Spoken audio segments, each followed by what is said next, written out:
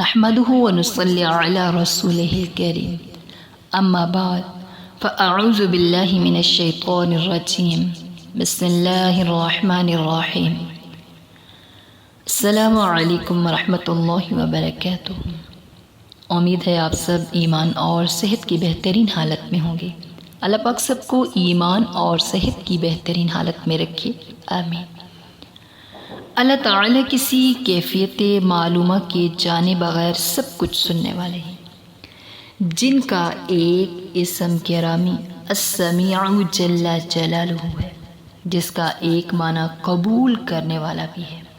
جیسے نماز میں سمیع اللہ لمن حمدہ رکوع سے اٹھتے وقت پڑھنا مسنون ہے، جس کا معنی یہ ہے اللہ تعالیٰ کی تعریف بیان کی تو اللہ نے اس کی دعا قبول کر لی۔ یہ اسم مبارک قرآن مجید میں 45 مرتبہ آیا ہے۔ السمیع جل جلالہ کی شان یہ ہے کہ دنیا کے سارے انسانوں، فرشتوں، جنات اور حیوانات میں سے ایک ایک کی آواز اس طرح سنتے ہیں کہ گویا باقی ساری کائنات خاموش ہے اور صرف وہی ایک گفتگو کر رہا ہے۔ نہایت تاریک رات میں سیاہ پتھر بھی چلنے والی چونٹی کی آواز بھی اللہ تعالیٰ سنتے ہیں۔ مخلوق چاہے انفرادی طور پر یا اجتماعی طور پر مانگے، باوجود یہ کہ ان کی زبان الگ، الفاظ الگ، لیکن ایک ہی وقت میں ساری مخلوقات کی آوازیں سن سکتے ہیں۔ بلکہ السمیع جل جلالہ کی تو یہ شان ہے، جو الفاظ ابھی تک زبان سے ادا بھی نہیں ہوتے اور دل میں خیالات کی شکل میں ہوتے ہیں، وہ ان کو بھی جانتا ہے۔ یہ اللہ تعالیٰ ہی کی صفت ہے۔ یہ کروڑوں آوازیں، لاکھوں لغات اور لاتعداد معروضات اس کی سماعت میں خلل انداز نہیں ہو سکتی۔ وہ بے زبانوں کی بھی سنتا ہے اور سب بندوں کی ضروریات کو بھی نافذ کرتا ہے۔ انسان کو اپنی زندگی میں جس قدر معلومات حاصل ہوتی ہیں، ان میں سب سے زیادہ کانوں سے سنی ہوئی ہوتی ہیں۔ انسان کی یہ قوت سماعت بھی السمیع جل جلالہ کی عطا فرمودہ ہے۔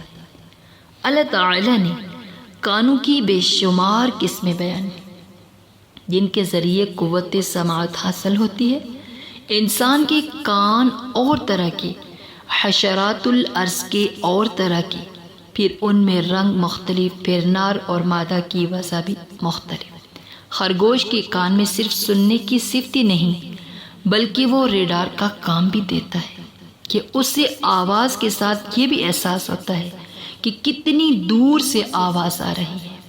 اسی طرح بند کمرے میں چمگادڑ پر لاٹھی کے کتنے ہی وار کیے جائیں، وہ اس طرح پرواز کرے گی کہ لاٹھی کی زد سے بچ جائے گی، کیونکہ اس کا ریڈار بتا دیتا ہے کہ لاٹھی اس کے جسم سے کتنی دوری پر گھوم رہی ہے۔